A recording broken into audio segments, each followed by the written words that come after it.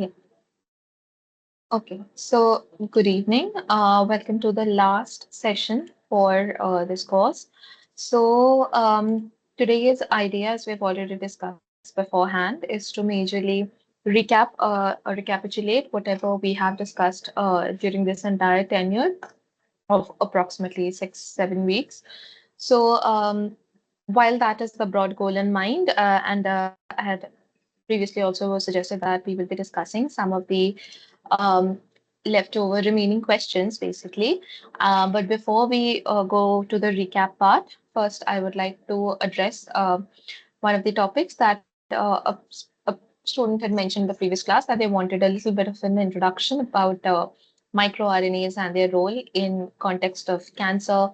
When I talk about cancer, it is in terms of the diagnostics part, in terms of the research part, and of course, its application in the clinics and how it can actually be utilized for treatment.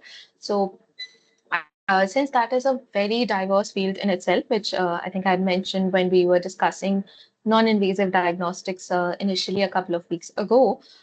Therefore, this cannot be a very detailed discussion, unfortunately, but I will introduce you to some basic concepts regarding microRNAs, give you some idea about how it is potentially explored in oncology.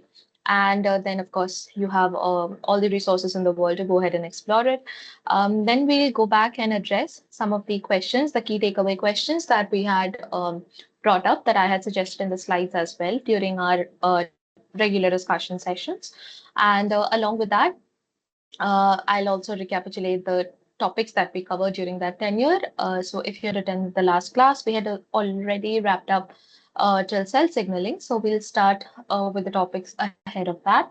And with that, we'll conclude today's session. If anybody has any doubts, we'll of course take those up. And any resources you want, any help you want, you can let me know and we'll basically conclude on that note.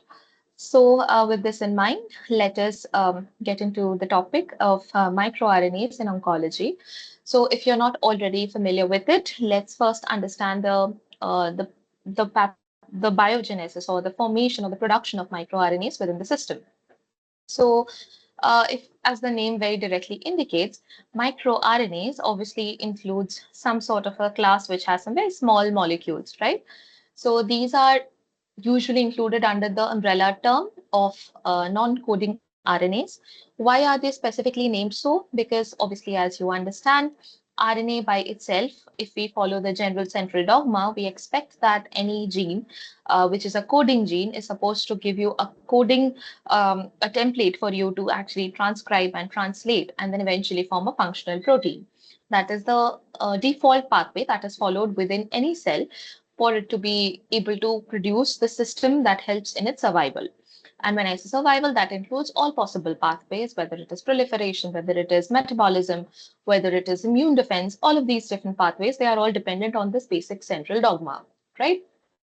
Now, when we talk about non-coding RNAs, they form a whole separate class by themselves because, as the name indicates, they are not going to encode for any protein. But obviously, because they are RNA, that means they have undergone some sort of a cellular processing, which obviously is the process of transcription.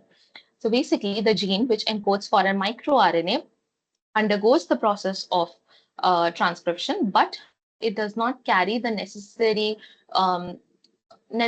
tags or the necessary recognition labels, which will send it through that default pathway for it to undergo translation. That's how the regulation is kept in check.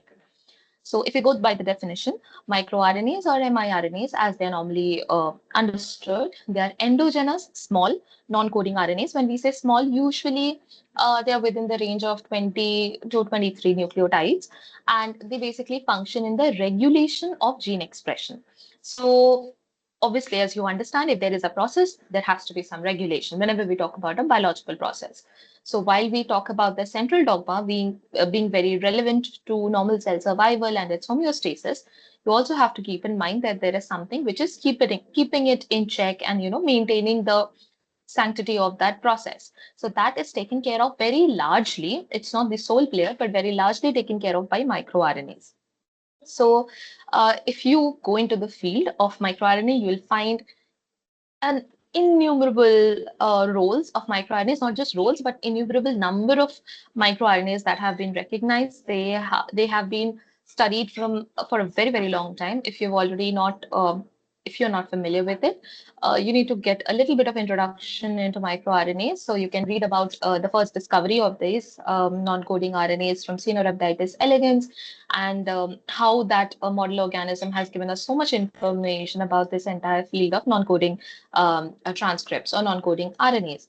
So basically, there were multiple experiments that were performed in C. elegans, and that involved the disruption of different types of developmental pathways via which microRNAs were identified. So again, this is, as I mentioned, a whole different module. We are not getting into that right now.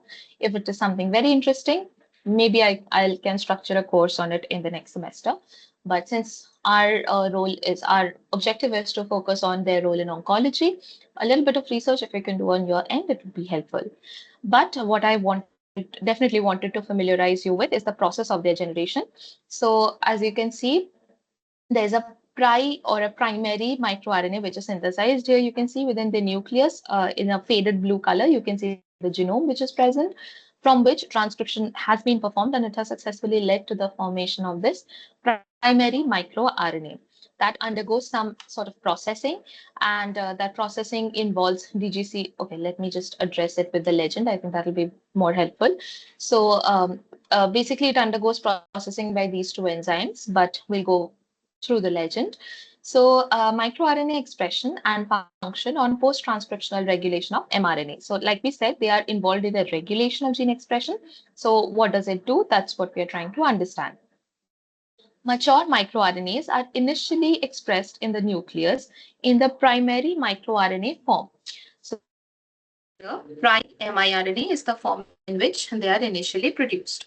Following that, they get cleaved by this enzyme complex known as DGC58 and ROSHA.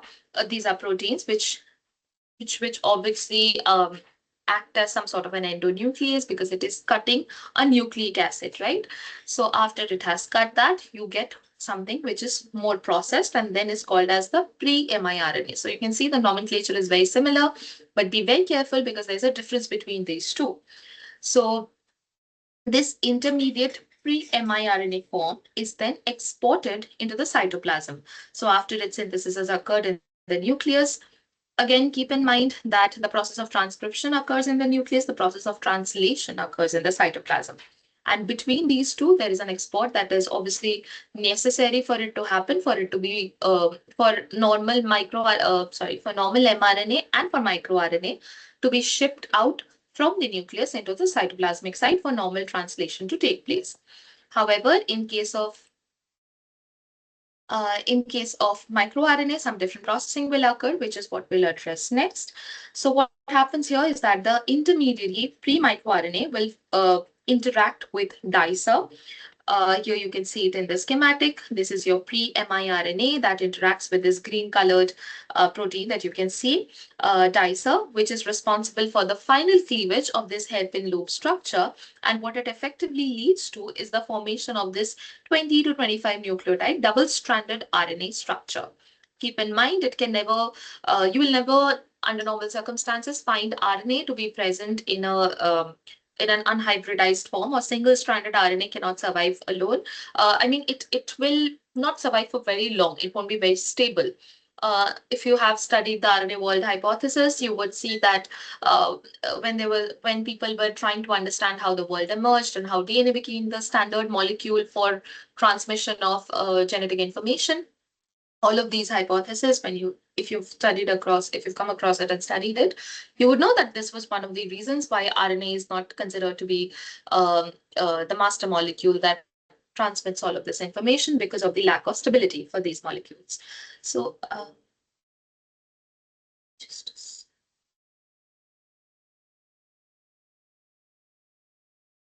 okay. This 20 to 25 nucleotide double-stranded RNA, which you can see here, This has some loop-like structure because that's how the representation normally works. You'll also find linearized representation in some cases, but usually there can be stem loop structure is usually associated with this microRNA double-stranded structure. So that's the more common representation, if you will. Now, what happens is that this microRNA, which is now considered to be mature because it has undergone two steps of processing, first by Drosha and DGC58, and then by Dicer, that gets released, and now it can form the MIR or microRNA and RISC protein complex. Now, this complex is able to execute its job. What is its job? One, it can interact with the complementary mRNA strand and act on the post-transcriptional regulatory mechanism, which means that either it can carry out degradation of that mRNA or it can block transcription because it will form this double-stranded structure, as a result of which the further post-translation transcriptional modification or the process of translation cannot take place because it will not allow enzyme complexes to move across it.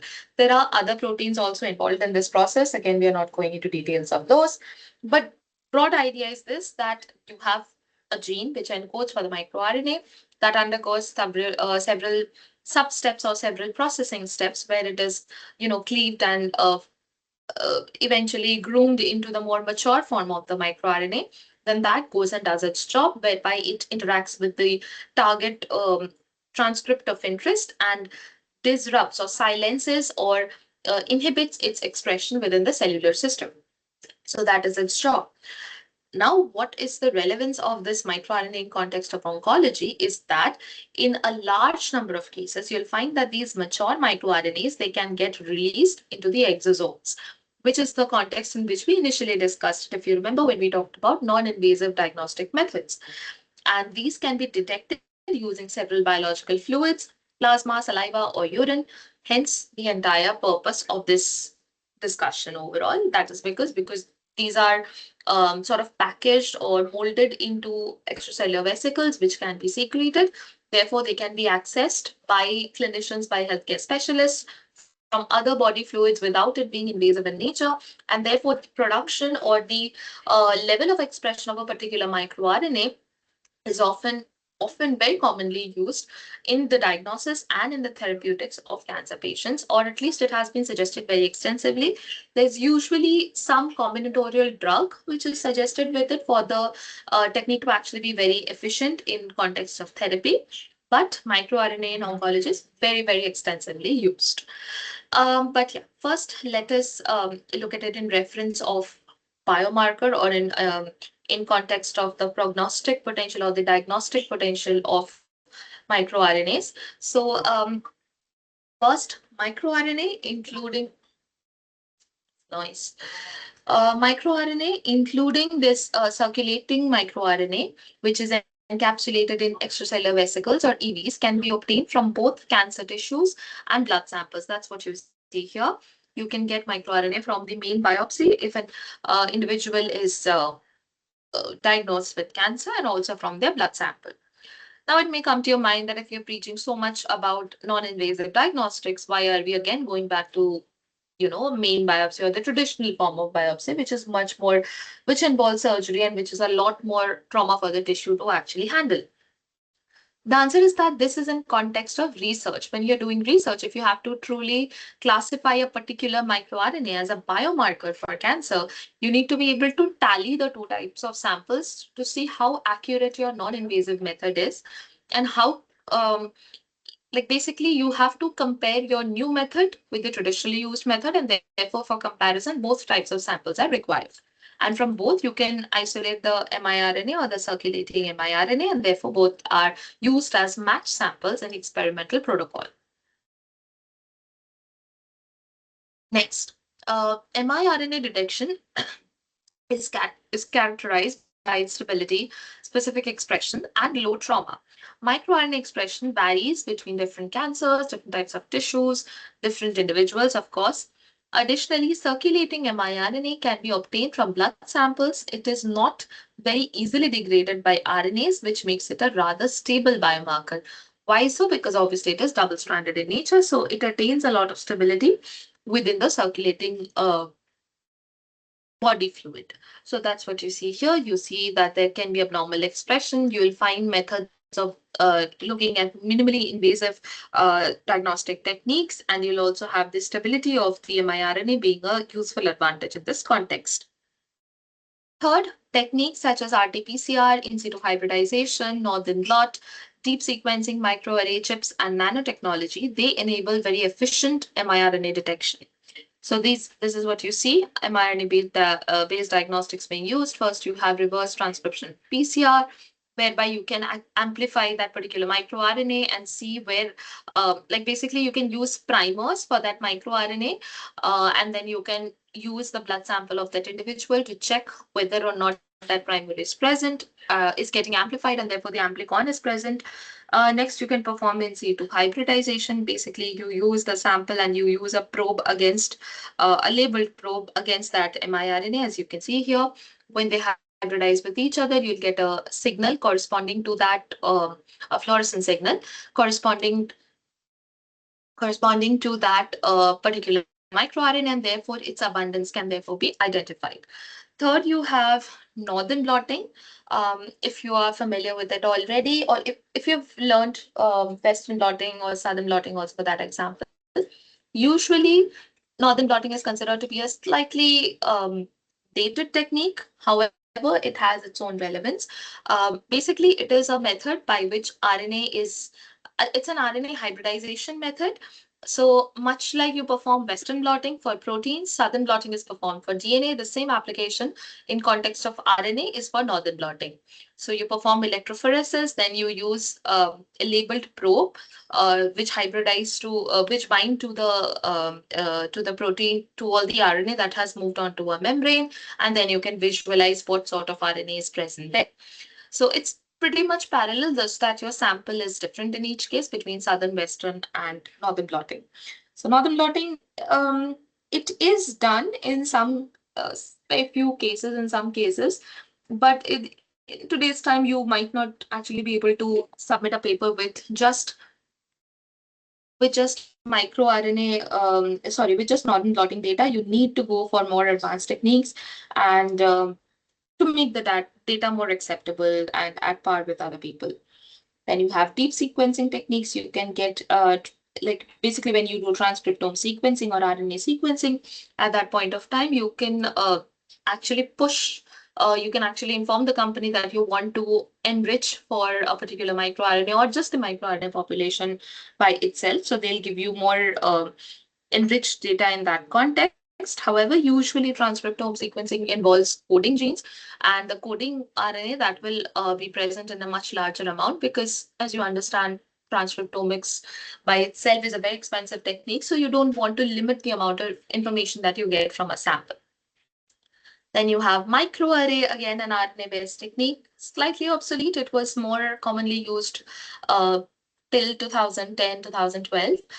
Nowadays, you don't usually have a lot of information about microarray, but rather for expression data, people usually use RNA sequencing, and they validate it using qPCR, or finally at the protein level using Western blotting. So that is the practice protocol in the lab or in clinical context. And finally, microRNAs can serve as biomarkers for cancer diagnosis, prognosis, and predicting the drug efficacy. So we have already been saying that a lot of times. You can see that from the schematic as well. So they serve as biomarkers. They are often used as prognostic markers, basically the comparison between the presence of a particular microRNA being associated with poor or worse survival for a particular patient, or associating with good survival for certain sets of patients. All of those conclusions, they can be drawn from here. And finally, in context of prediction, what does it mean? It means that if, for example, you find, say, microRNA X to be very high in one set of patients, intermediate in another set of patients, and very low in another set, then it might so happen that their response to some particular drug or a set of drugs can actually be predicted based on how abundant that particular microRNA actually is. It might so happen that low expression corresponds to better health, better health in the sense that the medicine responds much better or works much better in patients who have a low amount of microRNA X versus intermediate don't respond really so well, whereas those with high expression have very poor prospects in the future. So again, this keep in mind, this is a more generic method of explaining these things to you. The more you read, the more you'll understand. But broadly, these are the four contexts in which you need to understand microRNAs, at least for now. So yeah, that is what happens, and this that was in context of microRNAs being used for diagnostic purposes in the field of oncology. Whereas when you talk about oncology, you also have to keep in mind the effect of these strategies in terms of cancer patient treatment. So as you can see, there are many different types of or many different strategies which are used for targeting microRNAs. The first is the presence of miRNA mimics and inhibitors.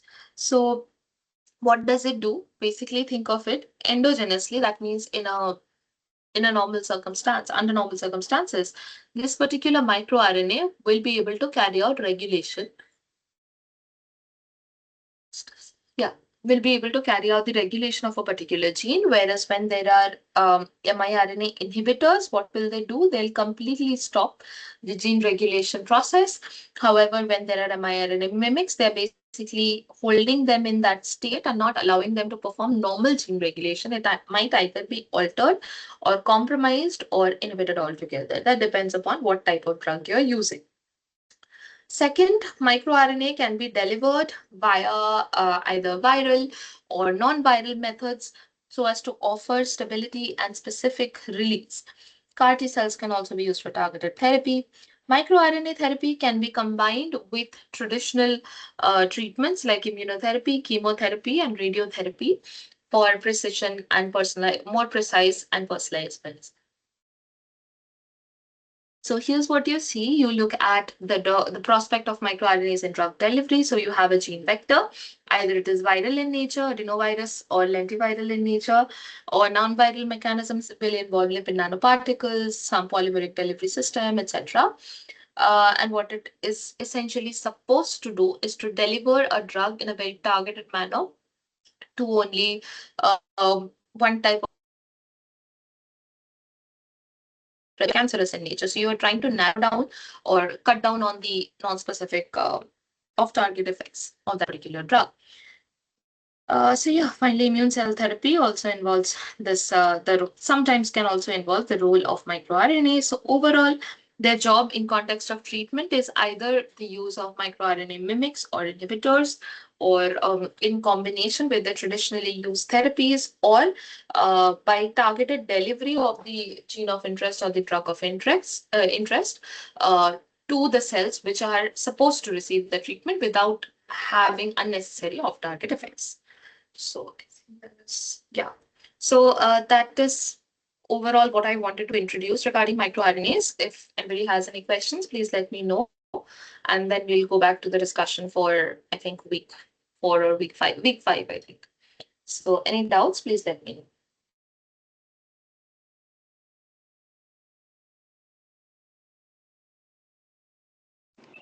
And we can also use lncRNA to uh, stop the miRNA, right?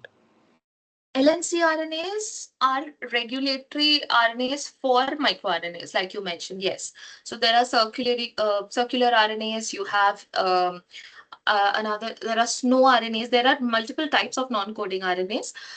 We are only talking about microRNAs in this context because that's what I introduced. But yeah, LNC-RNAs are used in regulation, and in fact, LNC-RNAs in some cases have been very extensively studied for targeting in cancer directly without really going into the microRNA angle of it. Just the inhibition of certain LNC-RNAs have been shown to have very strong effects. However, see, whenever you talk about non-coding RNAs, just keep in mind that um, you are targeting the regulatory action of a particular gene. Now, if you stop gene X from regulating pathway X, how can you or how long can you assure that there will not be another salvage mechanism or another backup mechanism which will come and reactivate it and your entire treatment will get nullified? You cannot. Nobody can ensure that, right? So what happens in the long term is that these are not very sustainable approaches. What it usually involves is combination with another concrete inhibitor, which inhibits some protein or which stops some pathway, or you basically give it you basically combine it with a more reliable, more known strategy, and then you can show that okay, maybe inhibition of the non-coding RNA in combination with some other inhibitor is giving a much higher potential or much more increased targeting of that cancer, and it is helping in remission from the disease. So that is often used, but yeah, certainly LNCRNAs are extensively used. You'll find a lot of information about them in lung cancer, particularly in prostate cancer. You'll find microRNAs and now LNCRNAs being extensively studied, but yeah, they have their own set of challenges, but they are areas of interest. But again, today the world has shifted more towards targeted therapeutics and going for personalized medicine, going for very individual specific differences and individual specific alterations. So this is a less explored area at the moment. However, it remains interesting, and who knows where oncology research will go in 10 years. Nobody can guarantee that, but yeah, certainly it can be used. Any other questions?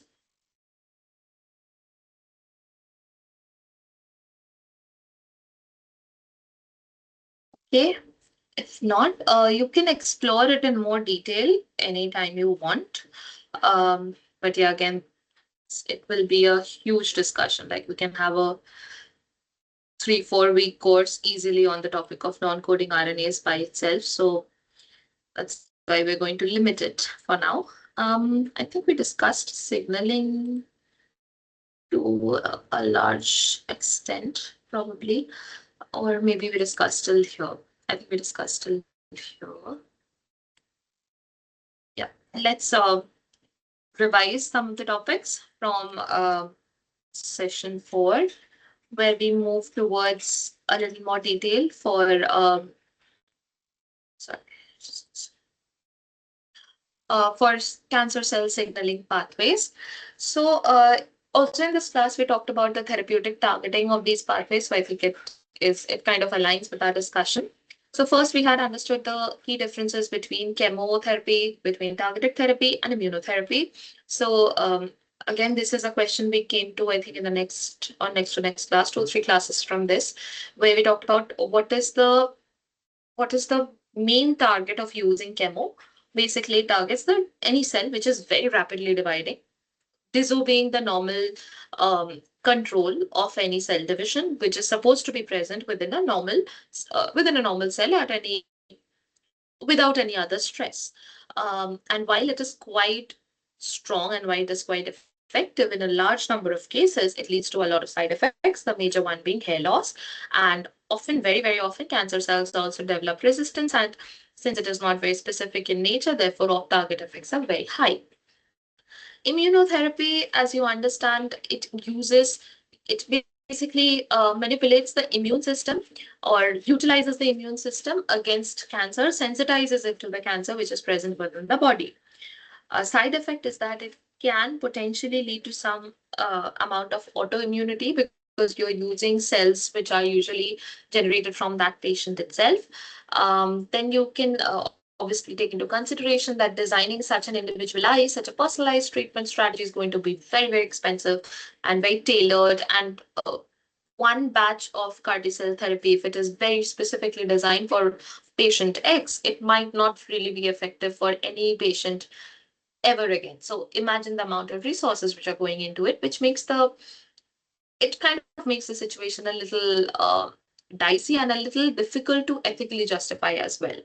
So that's why there are some ifs and buts which are associated with it, and therefore people are trying to gradually um, keep immunotherapy as the target, but instead of making it very individual specific, what people are trying is to develop off the counter immunotherapeutic strategies. So, like if somebody needs a medicine, they can just go and they'll be directly provided from the pharmacy, or they'll have direct access to some sort of immunotherapeutic vaccine or some sort of a drug, instead of it being such a huge process that you get the CAR T cells,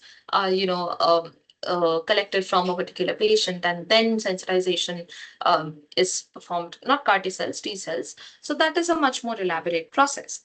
Somewhere in the middle lies targeted therapy, which was our discussion of interest, whereby it basically targets the proteins, which are a key part of cancer growth, and it also has the disadvantage of eventual resistance.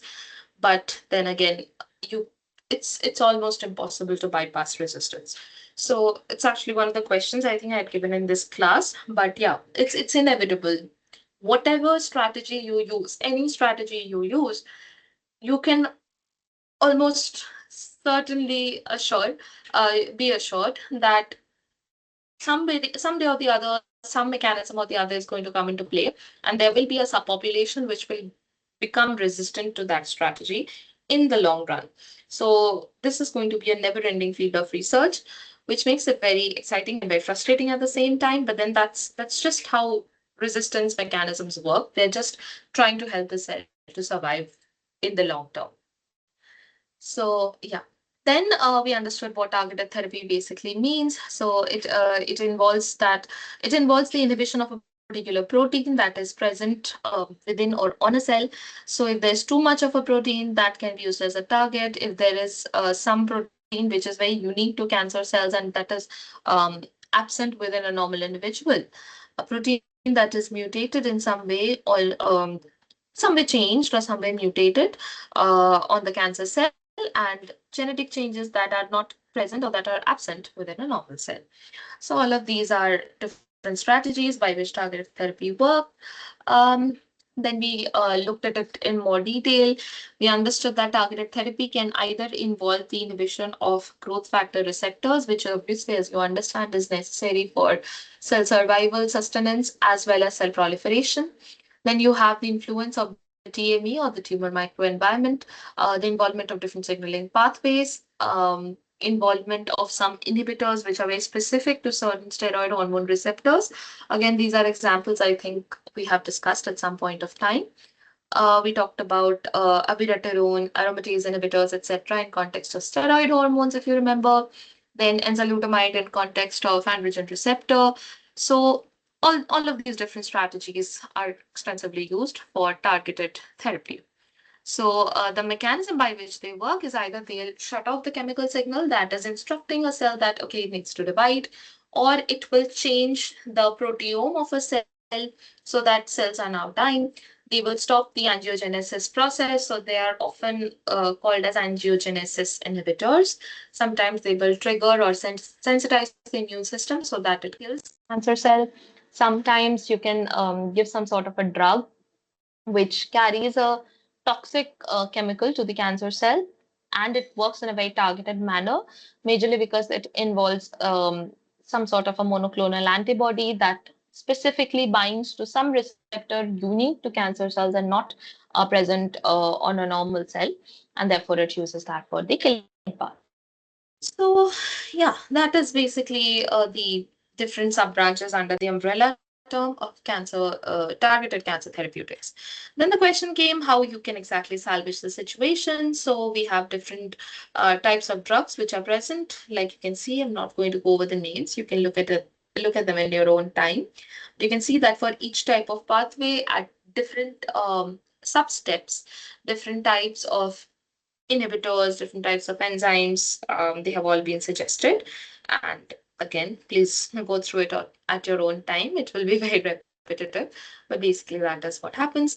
Then here we are talked about some of the inhibitors used for RTK inhibition.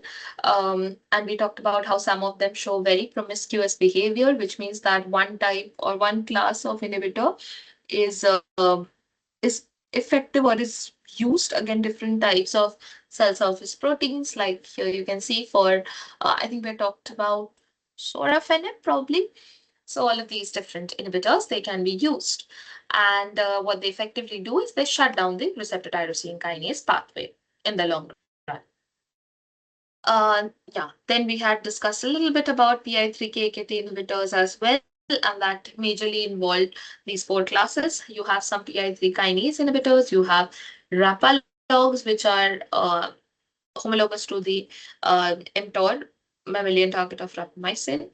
Um, then you have inhibitors of mTOR, you have AKT inhibitors, etc. So yeah, this also shows you examples of some of the inhibitory drugs which are used for mTORC1 and mTORC2 inhibition. So you can again refer to that as per your requirement.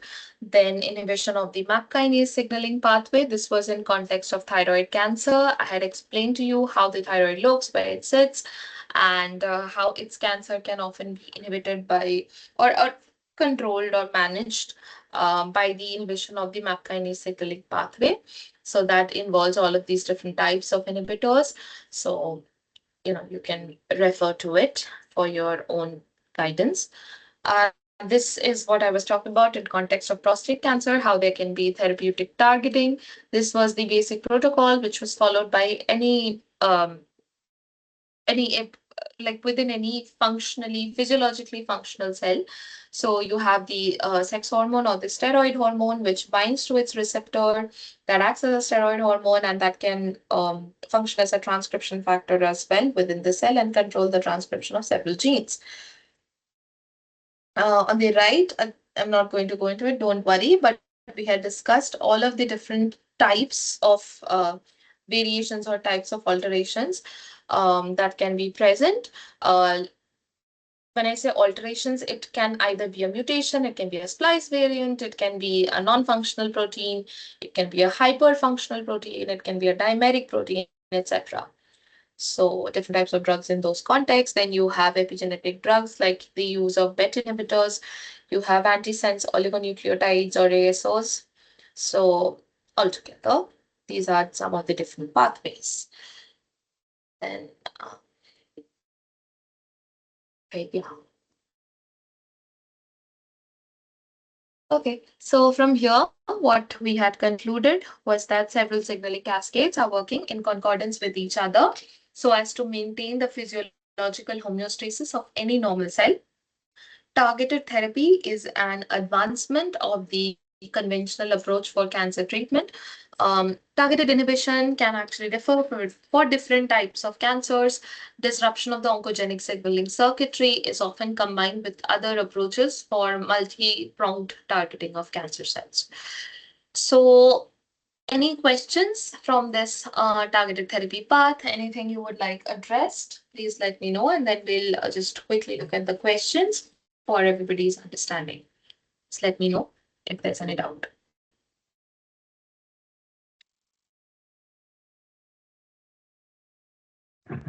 No, ma'am. Ma'am, in targeted therapy, each type of cancerous tissue have their own unique type of target therapy, or there is something else. The tissue doesn't matter. The target protein of the therapy that you're using, that matters.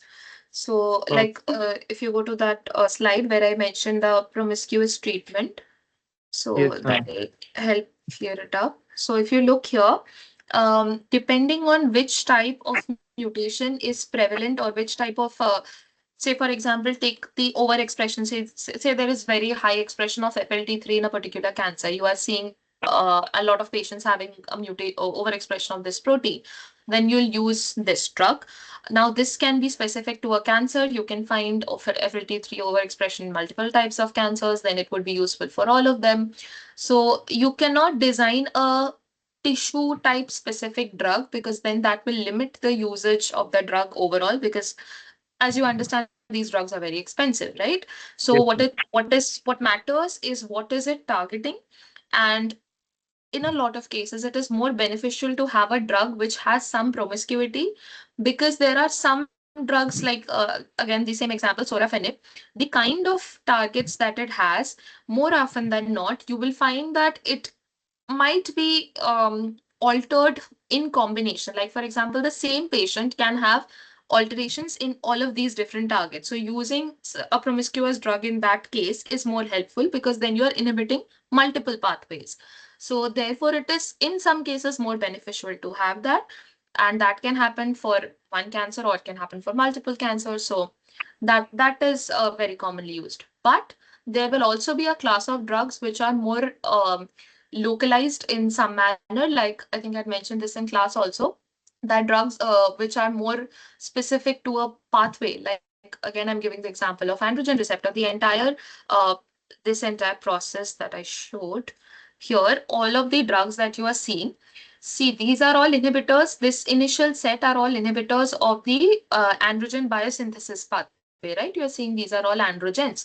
So these, the usage of these is more limited only to those cancers which are dependent upon the steroid hormone biosynthesis pathway, or which involve the expression of these proteins.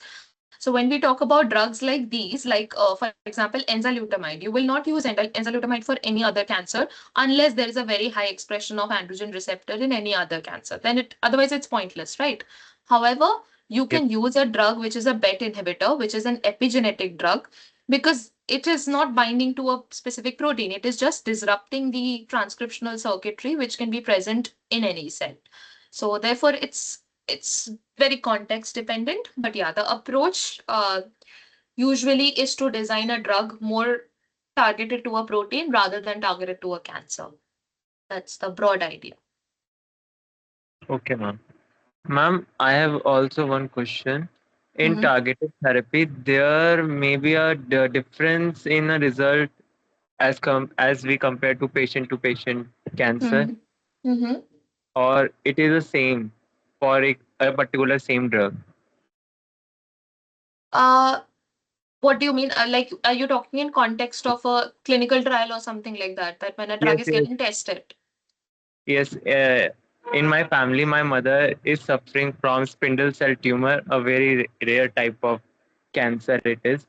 It is a Okay. benign. In AIMS, she was also enrolled in research, Mm-hmm. and right now, yeah, for treatment, doctor prescribed them sorafenib. Mm-hmm. First 6 months of that particular chemotherapy, the tumor size will decreases, just vanished in particular tissue, and Mm-hmm. after 6 months, after 8 months for that Mm-hmm. particular MRI, the Mm-hmm. tumor size is static. It will not even decreases, but it is static, not Okay. changes shape, not increases but not also decreases. So, okay, so addressing your first question. So, for any clinical trial, what happens is that patients, when they're enrolled, based on the knowledge that I have, they are Yes, checked for some basic parameters and they're checked for whether or not they satisfy the parameter of that trial, right? If they have XYZ mutation, whatever is the requirement, based on that, they're enrolled. Now, keep in mind, each individual has a different set of mutations that they are carrying along with that primary mutation, which was taken into consideration, right? There are okay, passenger mutations, which we had also discussed, or there might be other say for example somebody has diabetes, somebody has some underlying cardiac issue. All of these variables are also there that you cannot always predict. Basic differences are checked if somebody has any genetic mutation, if somebody has history of cancer, maybe those considerations are taken separately. So after enrollment, what happens is that you cannot very accurately predict how a patient is going to respond. You can have a graph, and then all of the patients who are enrolled, say for example, your mother and say 500 yes, other patients who are enrolled for the trial. Now, the yes, doctors are going to test the efficacy of the drug, and they're going to then, based on the results of the trial, they'll be able to come to a conclusion that how effective is that particular drug for this class of patients. It might go in either way. yes. Like you said, there was an initial remission. So that is a wonderful result. That's a good output. It's a positive output. So that is how they'll maintain their record for that particular trial, that this drug is very effective for patients who have the same genetic background as that of your mother and all other patients who were enrolled for the same thing. So the response of a patient, any individual, is always going to be very different. It doesn't even have to be patient. If you think about cell lines, the same drug is Yes. going to have very different efficiency for different cell lines. That is because they have different expression, they have different mutations. Even if they're all prostate cancer cell lines, they're all breast cancer cell lines, they're going to respond differently. So a lot of other things will also matter. Okay, ma'am. And I wish your mother a good recovery ahead. But yeah, the initial Yes. response sounds wonderful. Okay. Thank you, So ma'am. moving ahead. Um, yeah, so in this class, we have discussed, does targeted therapy have any side effects? Read about other strategies, read a little bit about FDA-approved targeted therapy approaches, what are some clinical trials, and if you were to improve the specificity and the efficiency of the drugs, how could you do so? So, does it have any side effects? See, any drug in the long run is going to have side effects. Think of a paracetamol that has its side effects. So, considering a drug which is supposed to stop cell proliferation, supposed to stop cancer, a disease as extensive and as wide as cancer, it is of course going to have some side effects in the long term. However, is it better than other strategies? The broad answer to that is yes, compared to the most traditional methods, which is chemotherapy, or even under chemotherapy using drugs like Taxols, like I think I mentioned at some point, or probably in the next class it was mentioned. We talked about Taxols then. They are usually given towards more advanced stages where palliative care is the most prevalent or the most probable option. So if you choose between the pros and cons, it makes more sense to go for an approach which has somewhat limited effects, and therefore targeted therapy is currently the most commonly used strategy. And drug repurposing, like I just mentioned, that the same drug, if it has been tested for breast cancer, uh, if that same cancer, if that same drug can be used in multiple types of cancers, it might have different side effects or it might not have any side effect at all. That all of that comes from studies, all of that comes from a lot of tracking basically of patients over a long period of time. So, other strategies for targeted therapy, I mentioned this because if you go back to that slide, I don't think I'd given a lot of information about these things like BET inhibition, about antisense oligonucleotides, or these kind of drugs which are radiation based, but still very commonly used in certain types of cancers. Like, if I give you just the example of this PSMA targeted therapy, there I think was a publication just a few days ago about this in prostate cancer. So radionuclide based therapies are still being explored. Why so? Because for certain cancers, it is actually feasible to go for the radionuclide approach. If you remember in this class discussion itself, I had mentioned that sometimes radioactive seeds, which are like, think of them like little chips basically, they are often placed very close to the tumor site, the local tumor site. And then the localized radiation is good enough to kill the cells around it or to inhibit the division of cells around it without causing too much harm throughout the body. So, targeted therapies that involve um, certain cell surface receptors, in this case, it is PSMA, which is prostate specific membrane antigen. This, as you can see, is a cell surface antigen, which is unique to prostate cancer cells. High expression is unique to prostate cancer cells. So, using a drug or using a radionuclide based strategy, which only goes and binds to those cells that have the expression of PSMA on the surface, is another way in which targeted therapy can be brought about from a more generalized therapy. So, just using radiation is very generic, but using an approach by which radiation is only or to a large extent can be controlled to only those cells that have the expression of a certain receptor on their surface, narrows down the number of cells which will suffer from the side effects or the off-target effects, right? So that's how uh, you improve upon these techniques. And this particular strategy of using PSMA based therapeutics, I think it was published like 3 days ago. There's a clinical trial called Prostact, I think, that is ongoing, a very large trial in the USA. So there they keep on publishing every few months or so about different types of strategies that are currently being used, some of which have successfully been completed, some which have been modified, some where combination has been suggested. All of this is taken into consideration.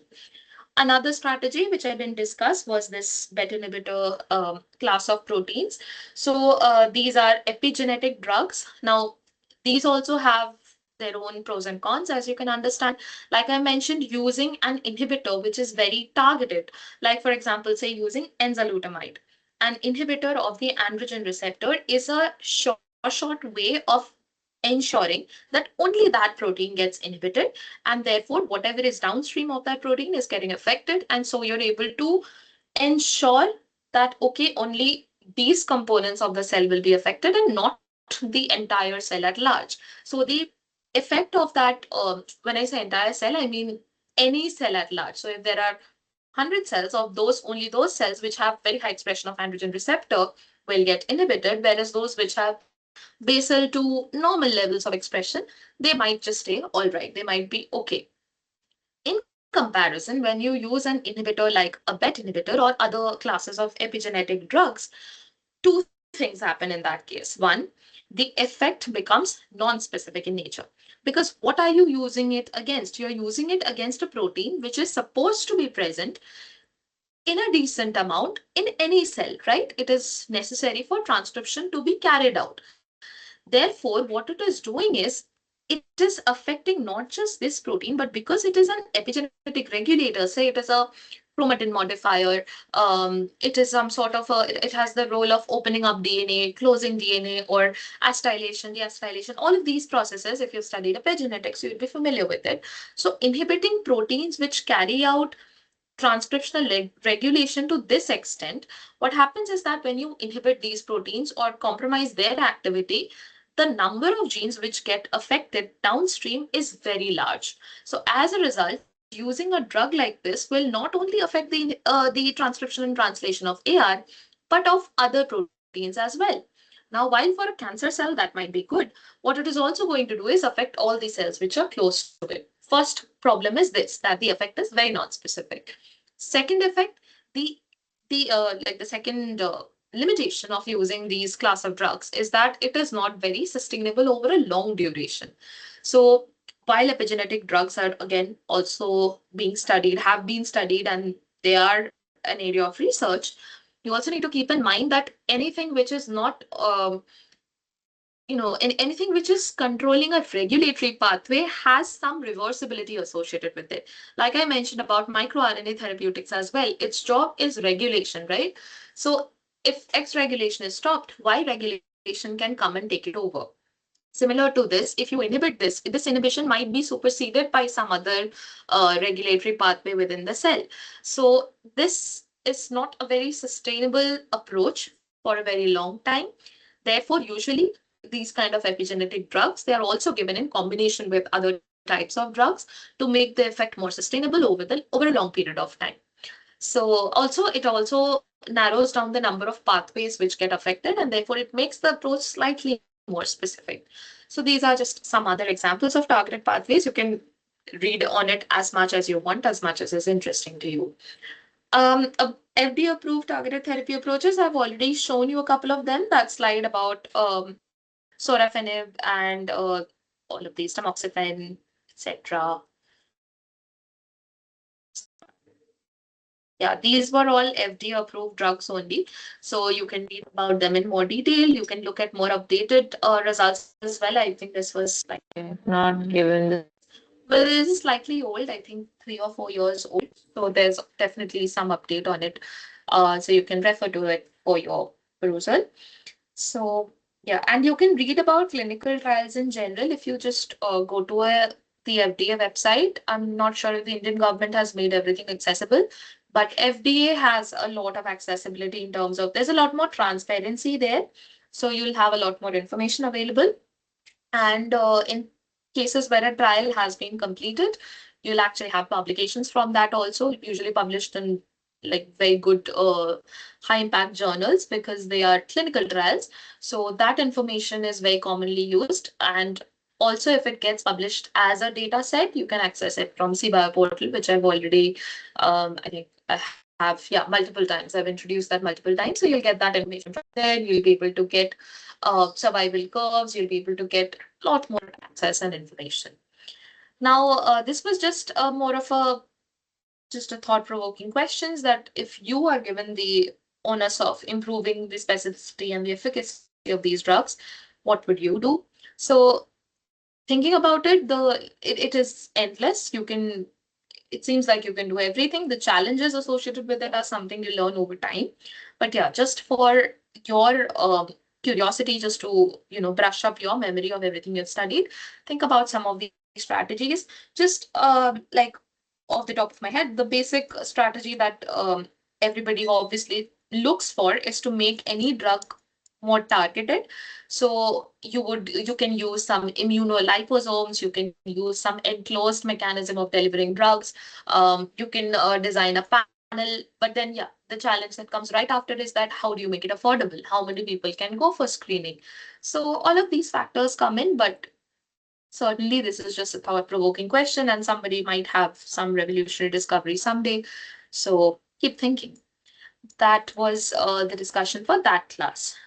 So from there on, we move towards the cancer detection strategies, majorly focusing on the discussion for traditional or conventional methods. So this was the initial discussion about what are the key challenges, the fact that usually the symptoms of initial symptoms, at least, that a patient sees, they are very close to the symptoms for any common cold, flu, or just fatigue, etc. So the initial detection is quite difficult. However, when symptoms get much worse, that is when patients usually are able to figure it out that there is some problem which is much bigger than what they can see on the surface. That makes the problem of diagnosis delay a very, very common issue that is faced for most cancers in most individuals across the world. And post diagnosis, overcoming financial, logistical, and psychosocial barriers, the proper diagnosis and the start of treatment, all of these challenges, they also come right one after another. So the practicality of cancer treatment or cancer diagnosis is much far from what we see in literature. Keeping these in mind, still our job is to try and figure out ways by which we can make these processes more smooth, and we can figure out ways to carry out diagnosis quicker with more accuracy, reduce the number of false positives. Yeah, this is also something which is as you can understand, it's a huge fallacy in the field of oncology research, that false positives are often detected, which means that a patient might not actually have cancer but is reported to be positive for the disease. Of course, the incidence is low because there are multiple checkpoints that are used for verification, but then there are false positives that do happen. Secondly, sometimes detection is not complete for a very long time. People undergo diagnosis um, for months, sometimes years, and then even then people are not able to accurately detect what is wrong with them. They go through lots of tests. So these are practical challenges that are often seen. But despite that, we have to look into the practical tests that are commonly used. So we started off with some lab tests like blood tests, complete blood count, looking for tumor biomarkers. If somebody has a very specific sort of symptom, um, like for example, again, giving you the example of prostate cancer, that if some aged male, because it's usually an age associated disease, so somebody over the age of 50, 60, if they suffer from very extensive, very prolonged back pain, if there is inflammation of the prostate, if there is frequent urination, if they have faced like there's a very specific pain in their spine that they face over a long term. These are some very common symptoms. So if somebody goes through that, then they are directly asked to check for certain markers which are specific to prostate cancer. Similar to that for breast cancer, if somebody feels a lump, so in that case, they will immediately be recommended to undergo a mammography, etc. So there are some tests which are very cancer specific, which are decided based on the symptoms, but usually these common lab tests are definitely carried out. So that involves CBC, some tumor marker tests like the CA-125 test, PSA, like I just mentioned for prostate cancer, protein tests, blood protein tests like that for leukemia, lymphoma, multiple myeloma, CTC based tests for those which already have been approved. Keep in mind, they cannot just any hospital or any healthcare practitioner cannot directly recommend these tests to you if something has not been approved, has not undergone multiple rounds of clinical trials, and has not been prescribed to be a reliable test. There's a lot that happens before that. Um, Detection, a more generic detection using DNA or proteomics based plasma tests can also be used for detecting certain types of cancers. So these are the available resources. Apart from that, there is a lot of imaging that is associated with this diagnostic process involving CT scans. I'm not going to go over this discussion. It's less. You've already discussed it. There's CT scan, there are MRIs, fMRIs, which are carried out. The results from each indicate different things depending upon what is the objective of the radiologist, of the doctor who wants to figure out um, what possibly could be the issue with a particular individual. The difference between them during MRI, there's a contrast dye which is injected into a patient, and wherever a tumor might be present, there would be a more lit up image in that place, signifying the presence of the tumor at that particular place. Apart from that, um, bone scans, which um, depending on like how much the disease has progressed, depending on that, bone scans are often performed in patients. Like if somebody is more advanced, or if somebody has faced a relapse, then it makes a lot more sense to go for PET scans and for bone scans, because if somebody has relapsed, usually there's a possibility that they might have metastatic disease, and in that case, the earlier you diagnose that there has been metastasis, the better it is to start some sort of a drug which is lot harsher and a lot more um, lot better at clearing of the disease. Like instead of going for targeted therapy approach, somebody might actually be recommended to go for chemo. Much more advanced chemo might be recommended for Taxols. Depends, right? Depends upon how the disease has actually progressed. So that is the bone scan. Then the nuclear scan, which was kind of similar. So there's the injection of a radioactive tracer material, which is injected into the bloodstream, and then it goes and it localizes within bones and organs, and then images are of course taken, and it comes out like a heat map, which shows you where these active areas of proliferation are present within the body.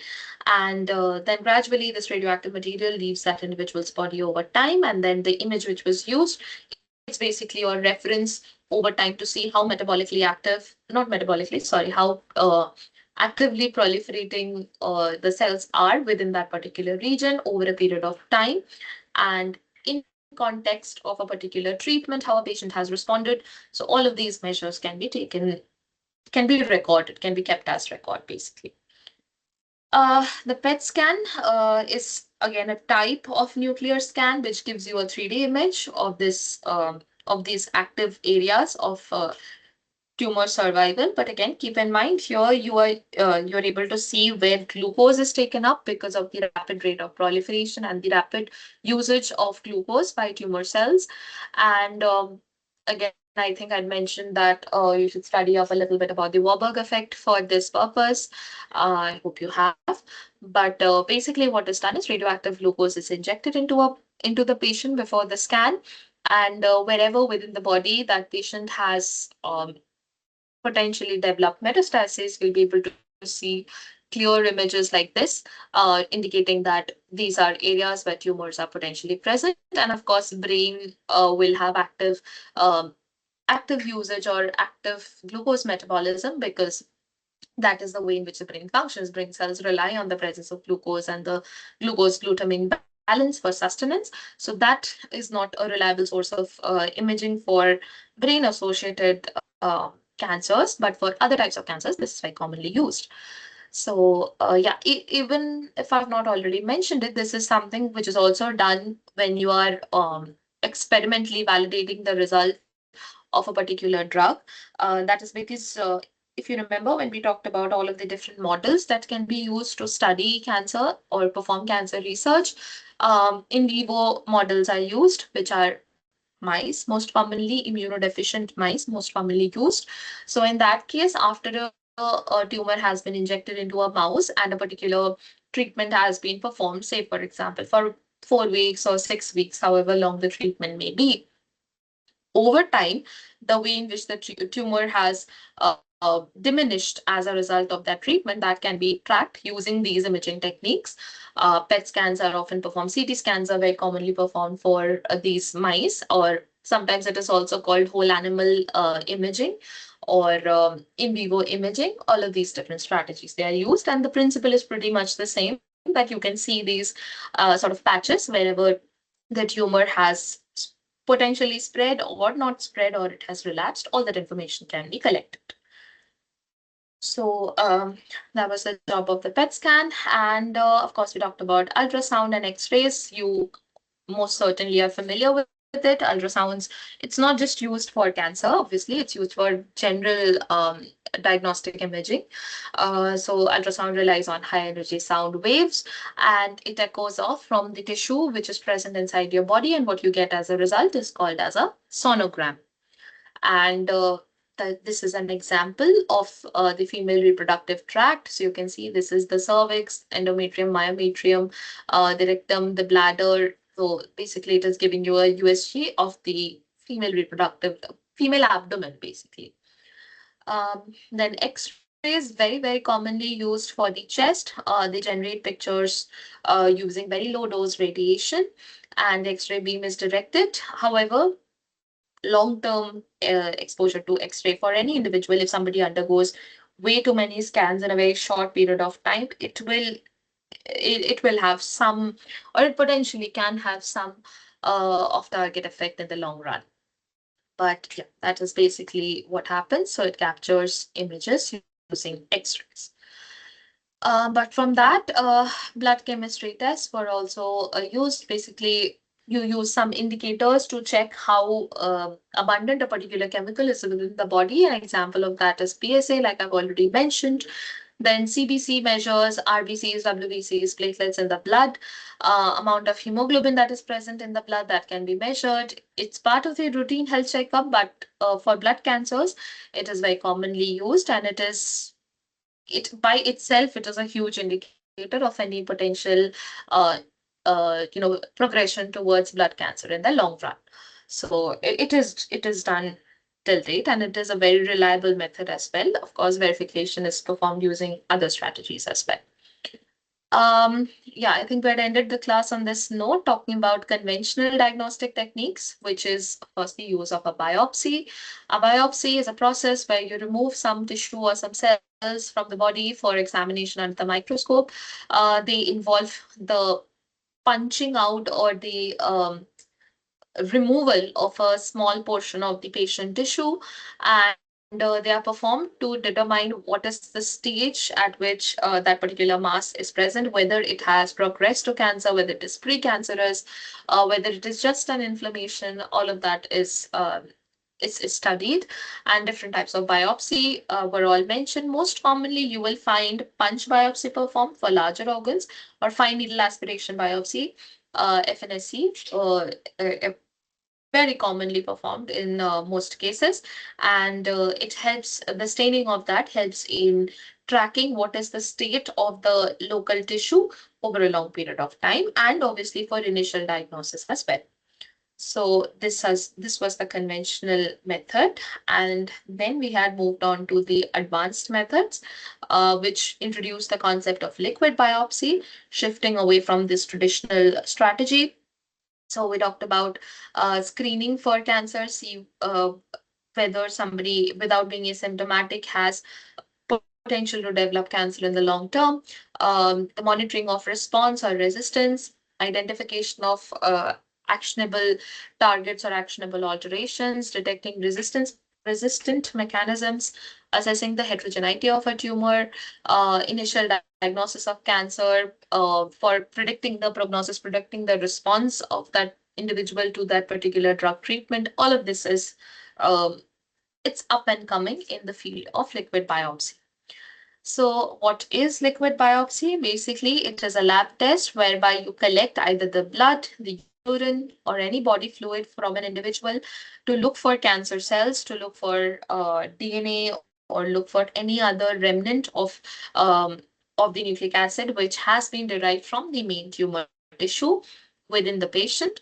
And liquid biopsy, of course, has the advantage of being non-specific, by virtue of which multiple samples can be taken over time, and that helps doctors actually understand what kind of changes are occurring in the tumor over a period of time, and how the patient is responding also over time. So that is overall the job of liquid biopsies. Um, This was a comparison between the two. Liquid biopsies are minimally invasive, less time consuming, very sensitive. Sample isolation is not very expensive in nature. Clinically, its validation remains questionable. It is open to it is subject to change. Histological evaluation or confirmation is lacking for liquid biopsy. However, tumor evolution can be studied because over a period of time, you can keep collecting blood, say every month or 2 months, blood can be collected. Real-time monitoring of drug response, that after a drug treatment has been performed, how has the patient responded to it, that can be monitored over time. And tumor heterogeneity, of course, can also be studied. And these are in stark contrast to the conditions present in tissue biopsy. However, both have their own advantages and disadvantages. So we have to decide based on what is the stage that the patient is actually in and what is more helpful for the patient in the long run. However, this approach of liquid biopsy is, of course, considered to be the future of cancer diagnosis. So yeah, these are the different types of fluids, saliva, blood, urine, etc. The different types of components which can be obtained from liquid biopsy, like cfDNA, ctDNA, DNA methylation, circular RNA, lncRNA, microRNA, mRNA, etc., and all of the different types of proteins. All of the different types of proteins, enzymes, hormones, immunoglobulins or antibodies, glycoproteins, all of this can be obtained to figure out how early you can detect cancer, how you can predict the recurrence of a tumor, how effective a particular treatment strategy is, and how a patient is expected to respond to that treatment strategy over a definite period of time. So there can be models which are generated for this as well. Then, yeah, this was just a schematic timeline of how the field of liquid biopsy has evolved from ctDNA, from CTCs to ctDNA, the use of exosomes, ctDNA mutations, microRNAs, how they can be used to monitor the response of patients after treatment, how chemoresistance can be studied based on the exosomal proteins, which are which can be isolated.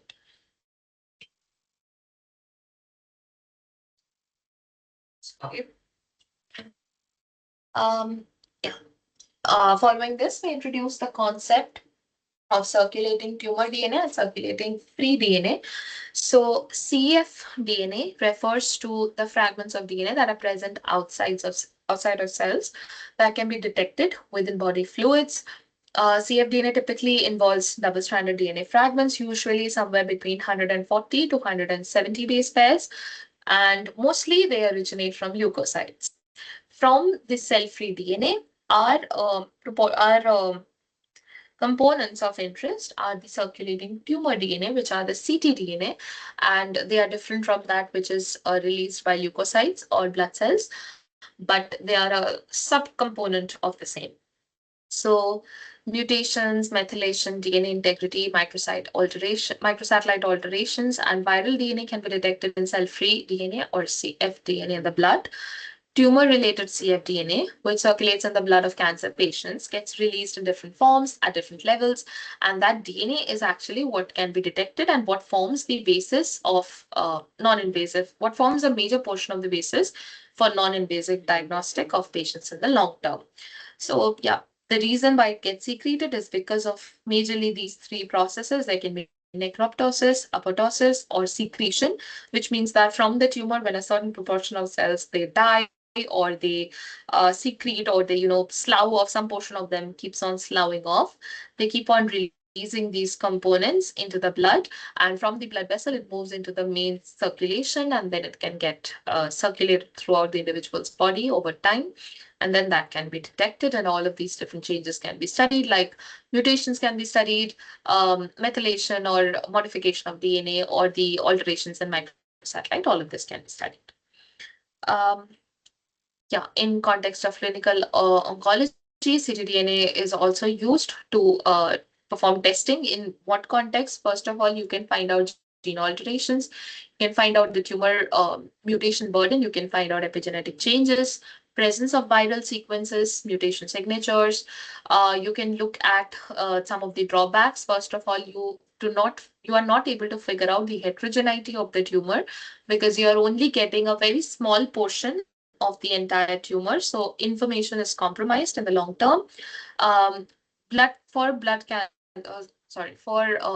brain or cerebral tissue based cancers, you're not able to get DNA from those sites, and therefore this will not be a foolproof strategy. That is because the blood brain barrier might not allow it to diffuse, and therefore it is left unrecognized.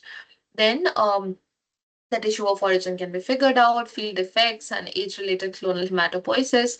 All of this information gets compromised when you are using ctDNA based testing instead of opting for a more traditional approach for cancer diagnosis.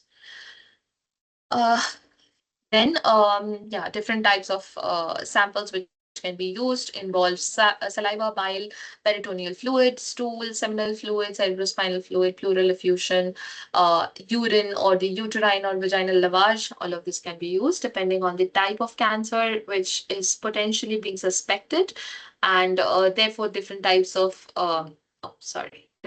non-invasive strategies may be used. Oh, we got locked out.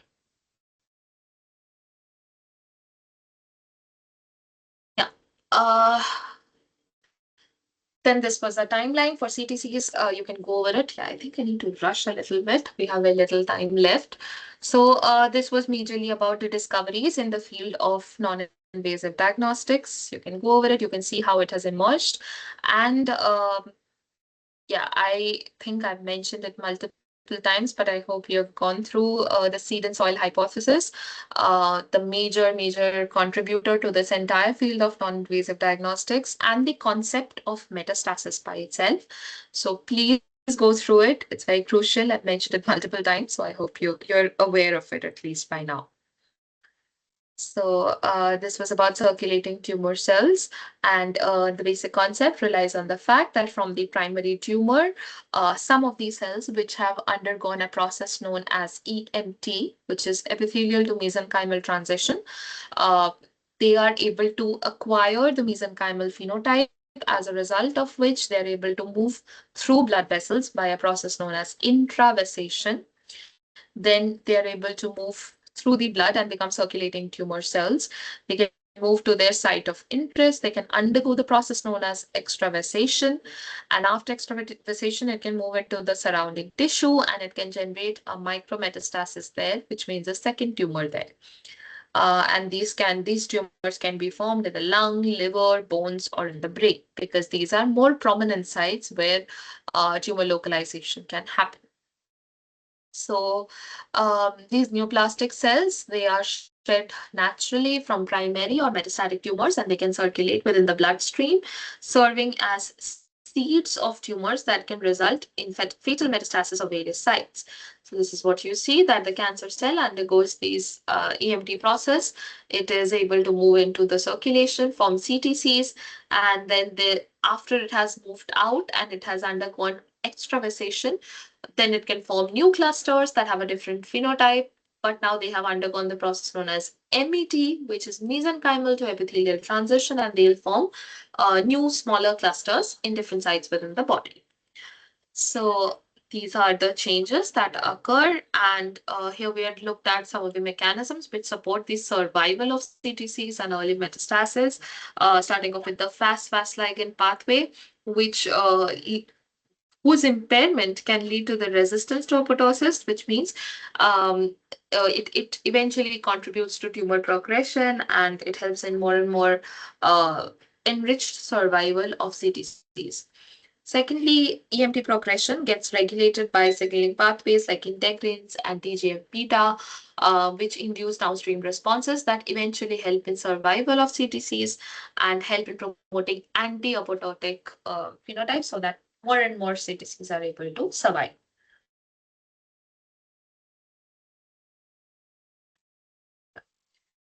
Clinical applications, this was pretty much the same thing. First, you are able to detect cancer early on. You are able to keep on surveillance for any new disease or any new tumors that may be formed. You are able to decide what type of treatment is ideally going to get selected, and you can also determine what is the nature of the tumor which is now getting formed, which means that after micrometastasis has happened, because the new tumor will carry some information of the tissue where the new mass has formed. All that information can also be available. Here we had concluded that non-invasive detection or liquid biopsy is obviously a landmark discovery in the field of cancer diagnostics. It relies on various cancer cell associated components that are getting released into the body fluid or into the circulation of affected patients, and it uses them for early diagnosis. Furthermore, the nature of the biopsy, it helps us to formulate very long studies, or longitudinal studies can be performed. And liquid biopsy associated cellular components very heavily rely on the process of EMT within cancer cells, and therefore that is a major contributor. For the questions which were addressed, I think I had answered one or two of them already in that class. So when I asked what hallmark of cancer is highlighted in this, is a key contributor to liquid biopsy-based diagnostics, it is actually the process of invasion and metastasis, without which you would not expect any part of the tumor to move into circulation to be present anywhere else within the patient's body, and therefore the approach would not exist at all. So it relies very heavily on the ability of cancer cells to metastasize. Second, what are the possible limitations towards the implementation of liquid biopsy in the clinical context? So again, while it sounds quite easy breezy, the reality is different. Liquid biopsy, the approval for a particular diagnostic approach or a prognostic approach, to get it actually sanctioned as a reliable method of diagnosing a disease or of tracking a disease, that is going to take a lot more studies, that's going to take a lot of time, and consensus between a large number of patients is actually going to help in making a result believable or trustworthy in the long term. Secondly, liquid biopsy in a lot of cases can be a little expensive as well. The sample, of course, is easier to access, but the processing steps might be more expensive. So therefore, its implementation can be a little bit challenging. And finally, when we talk about the ability to conduct longitudinal studies, which means that you are able to track a patient and their progress or their response for over, say, 2 or 3 years, this is actually very difficult to do in India. I've mentioned before, patients often do not even turn up. They don't, like, either they are discontinuous with their reporting or they don't turn up. So your study becomes very incomplete. It's difficult to have correct, crisp data for a particular patient over a very long time. So despite these advantages, there is a lot of external contribution that makes it a little unpredictable. And finally, can we design liquid biopsy-based model systems of different cancers to conduct in vitro studies for research purposes? Indeed, yes. Some approaches are very much under consideration. Like, for example, liquid biopsy-based organoids, patient-derived organoids, is something which is extensively being used. Like, people basically capture the CTCs from blood, and they use these CTCs to make organoids. They select only stem cells out of those, and then they make organoids out of it.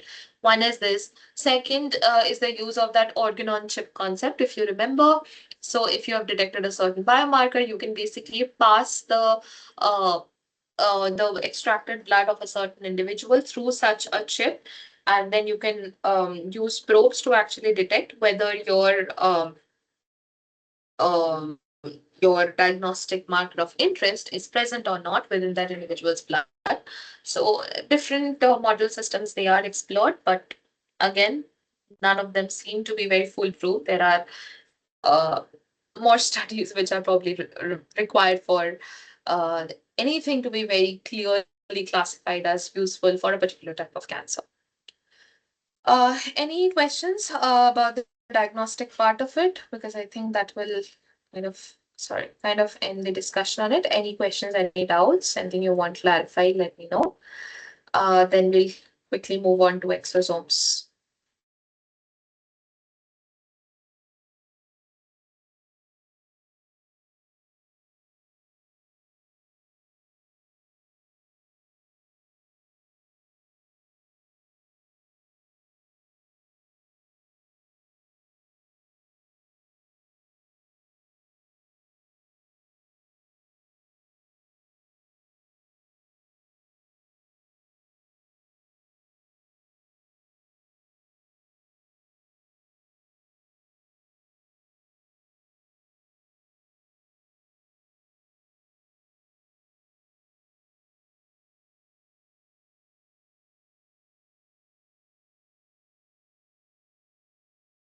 Can you hear me? I think there's some issue with my internet or something. I'm not sure.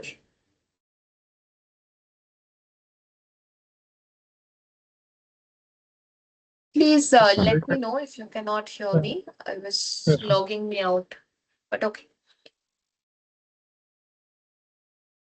Yeah. So, exosomes. What are they? Just a quick recap. They are a class of cell-derived extracellular vesicles. They are usually 30 to 150 nanometers in diameter, and they are the smallest types of EVs or extracellular vesicles. And we saw how they are exactly formed. You can see there's an initial endocytosis. There's the formation of an autophagal lysosome. From there, a large multicellular body, or sorry, multivesicular body is formed. And from there, these tiny, tiny exosomes, they can be released. And they're very small in size, and they are responsible for carrying a lot of information within them. So usually they're enveloped by a lipid bilayer, and they're released into this extracellular environment. They contain a complex cargo of contents which are derived from the original cell. That includes protein, DNA, RNA, microRNA, etc. And basic four principles of exosome biology were that first, it is generated by budding from the plasma membrane and the endosomal membrane. They are capable of transferring signals, capable of mediating cell-cell communication. The biogenesis of exosomes is a mechanism of protein quality control. And fourth, exosome biology plays very critical roles in human health and disease.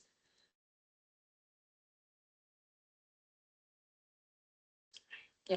Then we had looked at all of the different types of cargoes which can be present, starting off with presence of some transmembrane proteins which are on the surface, integrins, cytoskeletal proteins present inside, presence of some membrane trafficking proteins, the DNA already talked about it, non-coding RNA, which we have mentioned today, like microRNAs, different types of microRNAs, like those from mesenchymal stem cells, from immune cells, from cancer stem cells, hypoxia-induced microRNA secretion, long non-coding RNA, like somebody asked, circular RNAs, which regulate these microRNAs, then the presence of other proteins like beta-catenin. So all of these different types of components can be present, and this also, even then, this list is limited. Technically, anything which is present in the original tumor, if it is properly packaged within the exosome, then it can be present within the exosome. If it can survive the conditions, then it can be present. And all of that information, we are trying to harness that to our own advantage. So yeah, we had looked at some examples, like for example, for stage 4 oral cancer patients, we had looked at CD63, caveolin 1 positive exosomes. Positive patients would have much poorer prognosis. Presence of CD81, high PSA was usually used as a diagnostic marker for prostate cancer patients, etc. So we had looked at all of these known markers or known ways in which exosomes have been explored for cancer diagnosis. Then we looked at the process of isolation. We had seen how multiple steps of differential centrifugation and ultracentrifugation are required. To isolate exosomes from the entire pellet. I think there was another diagram. Yeah, this diagram was, I think, a better indicator of the process. So we had the conditioned medium from which cells were filtered out from the supernatant. You subjected to concentrators and multiple rounds of centrifugation, and finally you were able to capture those exosomes, which can be then resuspended in PBS. Then we had understood how to generate these immuno beads, which will be able to capture or which will be able to bind to the exosomes of interest. So here you had the antibody and biotin, and they were incubated together to generate biotin-ylated antibody, to which heavy streptavidin beads were able to bind to the streptavidin coated and biotin-ylated antibody bound capture bead, which, if you remember, for reference, we thought of this as a magnet. You're creating a magnet to which exosomes are able to bind. Then there is overnight incubation, and you have generated a pull down population where all your immunocaptured or a specific subtype of exosomes can be separated out. And then from that from that population, only the exosomes can be eluted using an acidic pH glycine, which is glycine HCl, and then multiple centrifugation steps to finally get the exosomal population. So it's a slightly laborious process, but that is a short way of getting only your exosomes of interest captured, and then you can use that for analytical purposes. Then these were the conventional routes of cancer therapy, surgical versus radiotherapy versus chemotherapy. Different types of surgeries were mentioned, like curative, preventive, diagnostic surgery. This often also includes biopsy as well. Then we had talked about other types of surgery, staging, debulking, palliative surgery to relieve somebody of certain symptoms. Um, then supportive surgery, restorative surgery to follow up on a certain disease. Then the use of chemotherapy, I've already mentioned it. Its job is to basically inhibit the proliferation and multiplication of tumor cells. So it disrupts this process. So that's the basic principle of chemotherapy. So cancerous cells versus healthy cells, if there's a population, you use a drug which targets the rapid division of cells. And so what you expect is that the subpopulation, which is more reliant on this rampant division, will be compromised a lot more than the population that is limited in this manner. Then we had talked about the different classes of chemotherapeutic drugs. Again, taxols or taxanes were more used in more severe cases. Tank alkaloids, antineoplastic enzymes, nitrosurias, topoisomerase inhibitors, antimetabolites, or just using drugs like platinum agents like cisplatin or alkylating agents. All of these are inhibiting or are uh, disrupting different stages of the cell cycle process, basically. So we had talked about all of these different mechanisms, but effectively, as you can understand, since they are disrupting cell cycle, what they'll in the long run, what they'll interrupt is the process of cell division or cell proliferation. That is its job, right? So this is what we had seen. And then we went into a little more detail about the mechanisms via which these chemotherapeutic drugs work. We had looked at vincristine, we had looked at paclitaxel, how it disrupts the dynamic stability of microtubules, which will arrest the process of cell division during the metaphase to anaphase transition by disrupting the ability of the microtubules to withdraw, and it will not allow the cell cycle to proceed further. Then the use of platinum drugs will inhibit DNA replication or mRNA transcription. Then mitochondria inhibiting drugs like vincristine, oxaliplatin, cisplatin, etc. They are responsible for inhibiting mitochondrial replication, then activating the immune system using certain strategies which will effectively lead to cell death. But then the effectiveness of that is definitely questionable. But yeah, these are different strategies which all fall under the purview of chemotherapy. Um, this was a little more detail, I think, about the mode of action for cisplatin 5-fluorouracil and for taxols. So basically, the mechanisms in which they work, that it induces DNA damage in the long run, which secretes a lot of mitochondrial component known as cytochrome C that leads to apoptosis.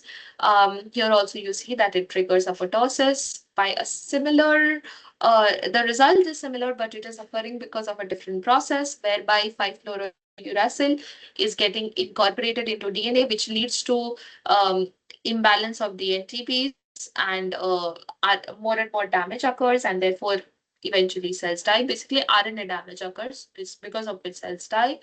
Then docetaxel or paclitaxel will arrest the mitochondria's instability, dynamic stability, and therefore it will prevent cells from dividing further, eventually triggering apoptosis. So these were the mechanistic insights into the different strategies for chemotherapy. And under this, the questions we had asked included which hallmarks of cancer are explored in conventional chemotherapeutic strategies. So majorly, it focuses on the ability of cells to sustain proliferative signaling, which is the first hallmark we discussed, sustained proliferative signaling. And also, to some extent, chemotherapy targets the hallmark of inhibiting this. Basically, it disrupts the regulation of the tumor suppressive pathways. Also, it restores the tumor suppressive pathways, or it interrupts the ability of cancer cells to resist cell death. So it triggers cell death and it stops cell proliferation. That is what it effectively does. So these are the two hallmarks it majorly targets.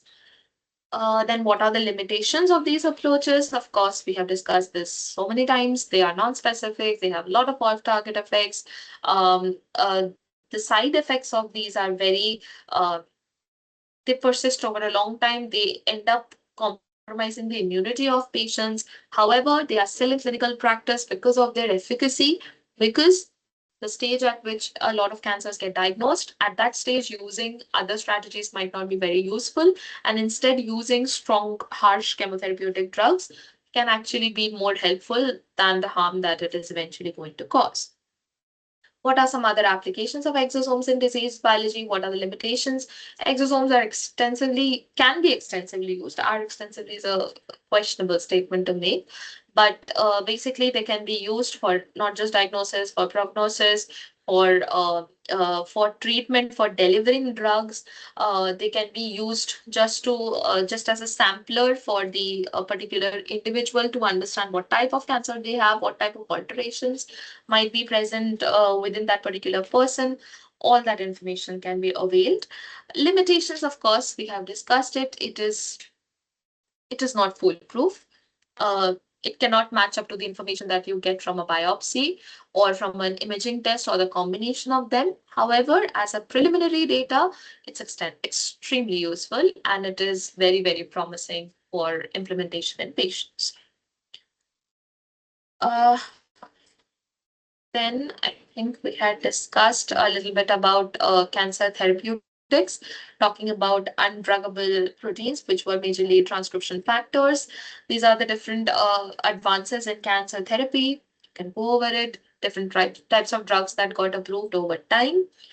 Um, yeah, then we talked a little bit about small molecule inhibitors. As the name indicates, they're very small molecules which can inhibit certain proteins, certain signaling pathways by binding to them.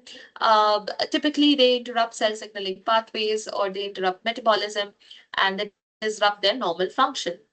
Majorly, their job is to bind to a binding pocket present within certain proteins, and therefore, because of their small size, they're able to fit uh, within the caveat that is formed within the core pocket that is formed.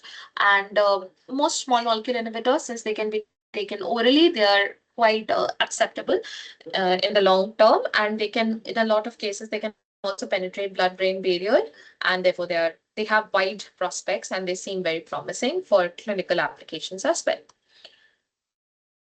Then came the concept of undruggable proteins. I gave you the example of KRAS mutations, the presence of the G12C mutation, very huge challenge.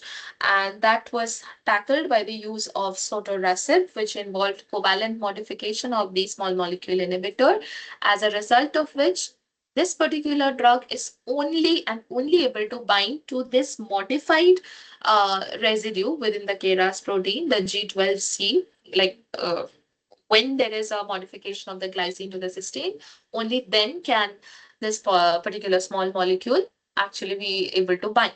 So that's what it is able to do, and that seems immensely promising and is being actively explored even today.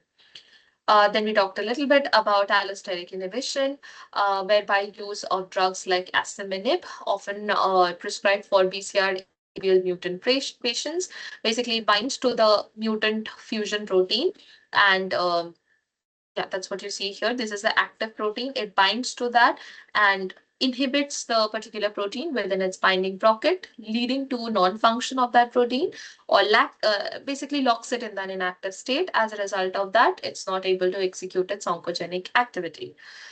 Then for melanoma, cobimetinib was approved, which inhibits the RAS-RAF-MEK or the MAP kinase pathway, and therefore it's an oral MEK1 inhibitor that is being explored for its potential in melanoma research. Then I introduced you to the concept of PROTACs. PROTACs are proteolysis targeting chimeras. If you remember, it had a protein of interest. It bound to the protein of interest via a particular ligand, and it had a ligand for a ubiquitin ligase, and they were linked to each other by a linker. And what it effectively does is it binds the protein of interest, carries it to the ubiquitin proteasomal machinery, and triggers its degradation. So different types of PROTACs have already been studied. Some of them have been explored in clinical trials. Some of them are in trials. However, I don't think their implementation for a lot of cancers has started, but it's something which seems extremely promising for the treatment of cancer patients. As you can understand, you're completely removing the protein from a system. But the question arises, does it have any off-target effects? Does it seem like the golden solution to all our problems? The short answer is no. We'll go into a little bit detail about it when we come to the Q&A section for this particular session. Then we got introduced to the concept of antibody drug conjugates. Basically, you have an antibody which is conjugated to a drug of interest, some sort of a toxic drug that triggers the death of the cell onto which that antibody has bound. So ADCs, they often are considered to be biological missiles.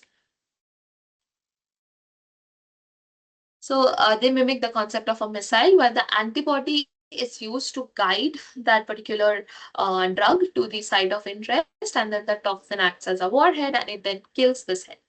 So that is the way in which ADCs basically work, and the toxin is the toxin gets degraded by lysozymes, which eventually leads to cell death via apoptosis. Then we got introduced to the concept of precision medicine, but basically what it means that you are factoring in an individual's genomic or genetic background, their environment, their lifestyle to decide what sort of treatment would be useful for those patients. So you are using a more individual specific approach instead of going for a more generic approach.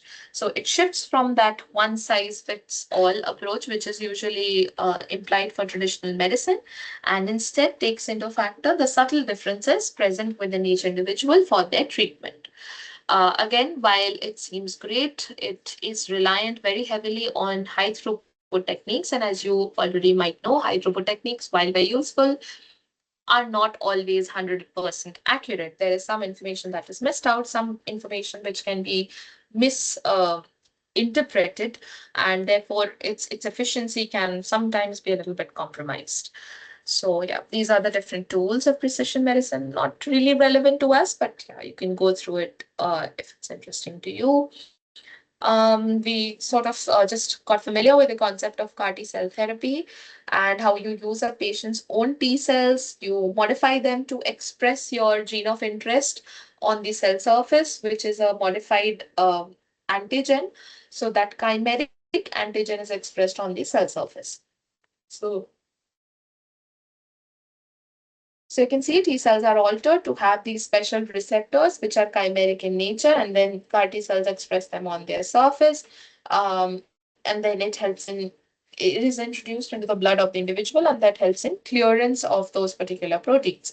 So you're basically harnessing the immune potential or the protective potential of the immune system to clear cancer cells. This was a lot more detailed to CAR T. I don't think I'm going to repeat all of that. You can refer to it. You can see all of the different components that have evolved over time from the first generation to what we have now. How over time more and more chains have been added to make it more specific. You are adding more co-stimulatory molecules to make the immune reaction elicited against it much more pronounced.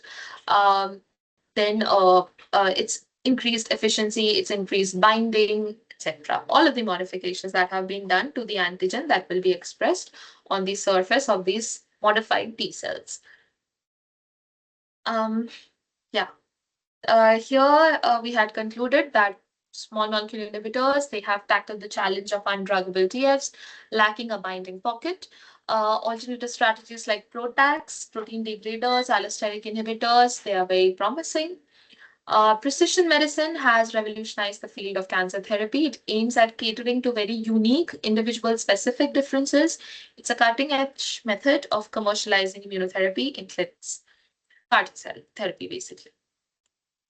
The questions we had asked were centered around what are the limitations of using PROTACs. One major limitation, keep in mind, for all the other drugs, what we were doing was we were inhibiting it in some way. For PROTACs, the major problem is its uptake. Think of it, it's such a large molecule, right? When I say large, I mean in context of proteins, like your scale is in nanometers or in kilodaltons or daltons. So it's a large protein in that context. So for the cell to be able to take up the PROTAC efficiently, so if you are giving 5 micromolar of a drug, the ability of cancer cells to actually be able to take up 5 micromolar of that drug is questionable because of their large size. So the rate of uptake is often compromised. Second, for PROTACs, because you're completely removing a particular protein from a system and you're not doing that in a very targeted manner, what you're doing is it can have a lot of off-target effects. Say, for example, if I have a PROTAC against, say, AR, then its absence in other cells, say for example, if it is a if it also has a role, if my gene of interest also has some role in development, then that will be compromised. Sometimes it can be lethal, sometimes it can severely affect the ability of a cell to sustain over time. So the complete degradation or the complete removal of a protein is not always foolproof, and therefore it has its own set of challenges. um, Find out some clinical trials. I would need you to do that yourself. But yeah, some of these drugs, at least for CAR T cells, you can read up a little bit about clinical trials. You can read up a little bit about what type of cancers are usually under study for CAR T cell therapy, um, and where it shows potential. So yeah, yeah. Um, then in this class, we had learned about models which are used for cancer. I'll go over this quickly. Basically, we talked about 3 types of models. Um, no, 2 types of models, sorry, in vivo and in vitro. For in vitro, we have talked about cell lines and organoids. For in vivo, you have different types of animals with or without modification. And also computational cancer models, which involves genomic data, genome, transcriptome, proteome, and metabolomic data, all of which can be integrated together. These were a comparison. This was a comparison between different types of animal models or in vivo models that have been used in cancer research. And among these, the most efficient are mice, because they have not even efficient, the most reliable are mice because of the similarity, because of the accuracy in predicting response, and because of the sheer availability of the animal overall.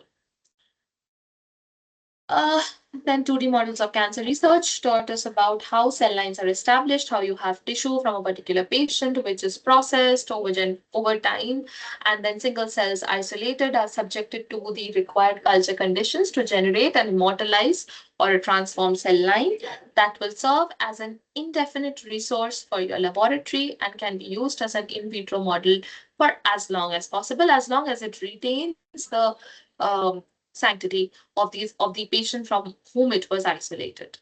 Then I discussed a little bit with you guys about HeLa cells and the bioethical discrepancy that is accompanied with her story. Um, but yeah, basically HeLa cells are a cervical cancer cell line, the first cervical cancer cell line and the first human cell line for that matter was the HeLa cell at different densities. The concept of confluency was discussed. Then the first cells which were generated from first hematopoietic cell line that was generated was for the Raji cell line. We talked about that as well. Um, then we moved towards using 3D models to overcome some of the limitations associated with cell lines, including lack of heterogeneity, less representation, lack of stromal components, and the two-dimensional nature. We had seen these 2 images of the cervical and the cerebral organoid and looked at how they have some similarity to the organ of interest from whom they were isolated. This was a timeline showing how over time these different models for cancer research have actually evolved, and we can see the gradual advancement in the same as well. Then this was a comparison between these different models, 2D cell lines versus organ-on-chip, spheroid, organoid, and xenografts, which are implanted into mice models, and the associated advantages and disadvantages of each method that accompany the same. Again, you can refer to it in your own time. This was a more recent discussion, so I think it should be, it probably is a little fresh on your mind. But yeah, then we saw a chronological recap of organoids, how what type of organoids have been generated over time, and how there has been a huge reliance on the generation of iPSCs or induced pluripotent stem cells um, by the landmark discoveries of John Gurdon and Shinya Yamanaka, where they showed that you can take adult stem cells and reprogram them to generate. You can take adult somatic cells and reprogram them to generate stem cells, and those stem cells are multipotent in nature, and they can generate the tissue, all types of cells which are specific for particular tissue, which has given us the concept of organoids in the long term.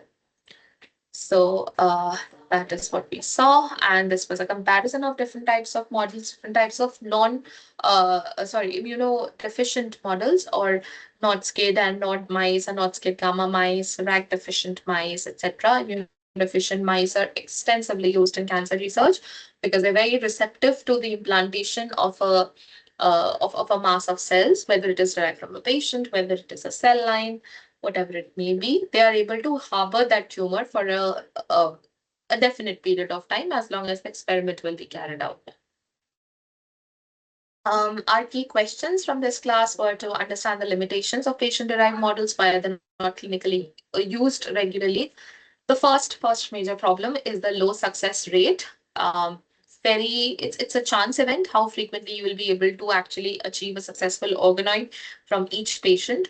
So if all patients enrolled in a clinical trial are giving their samples to generate organoids, the percentage of success is going to be quite low. Also, this differs among different types of cancers, but yeah, the probability is usually around 50 to 60% for most cancers, and some it is much lower. So the information that you get is going to be somewhat limited. And secondly, it's a very expensive method. Despite the information that you can actually attain from it, it's expensive, it's resource consuming, and also its applicability in the long term will be quite limited because you cannot always use the information from one patient for another patient, right? So therefore, its usage is somewhat compromised. Which model system would you suggest for in vivo studies in oncology research? Well, if it was ethically acceptable, we should go much closer. We could go much closer to primates, maybe look at chimps. But yeah, they have their own cognition, so it's not A, not ethically correct. B, despite the similarity, the cost associated with it, the resources associated with it would be immense. It's because they are cognitive beings, availing a chimpanzee for a particular study is by itself a huge challenge. And majorly, what they are usually even allowed for, not just by the government, by all of the regulatory bodies responsible for controlling these kind of experiments, is the fact that they are only allowed to be used for behavioral studies. When you want to monitor the behavior of a cognitive individual in a particular condition, for only for that chimps are allowed, not for experiments where you inject a tumor into a living being, into a healthy individual. So that's very ethically dicey, and that's definitely not allowed. So while it seems very ideal, it's you cannot practice it. There are some rules that you have to abide by, and everything that you do, any living being associated research that you do, all of that has to be approved. It has to go through animal ethics clearance. Your experiment should be valid and necessary before you can perform the experiment. So there are a lot of checkpoints even for us, so that scientists can be kept in check. I think, yeah, finally, we had discussed cancer evolution. We had understood how cancer evolves under environmental pressure in different directions. Uh, Understood a little bit about cancer cell plasticity, where, if you remember, we had seen how over time there's a transition from one lineage into another lineage, and you'll find some intermediates as well. versus due to genetic instability, there can be clear emergence of different types of genetic variants with different colors, and how there can be interaction with tumor microenvironment as well, altogether leading to generation of much more sturdy, much more resistant or evolved forms of evolved cells within the tumor. Um, Yeah, then we had understood a little bit about cancer evolution and its link with Darwinian process of dynamic evolution. So survival of the fittest, cells which can adapt to the surrounding environment would do much better, and they would outcompete those cells which are not able to survive the surrounding environment. So that was the baseline on which this concept of cancer evolution was built.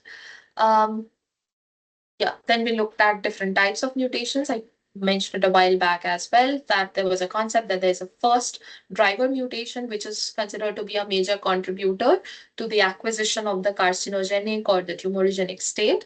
And there are accompanying mutations known as passenger mutations, which help in the survival of the subclones and eventually lead to the generation of a very genetically heterogeneous cancer. And when this is subjected to drug treatment, only those which are those evolved forms of cancer, the better chance of survival they would have because of the huge heterogeneity. So the more heterogeneous a cancer is, the more chance that some subclones from that cancer would be from that tumor would be able to survive. So heterogeneity is much worse for us, basically. Uh, for genomic instability, we had looked at some key attributes. We had defined driver and passenger mutations. Again, please go through it. It's very simple. But basically, DNA damage over time when it is acquired and when it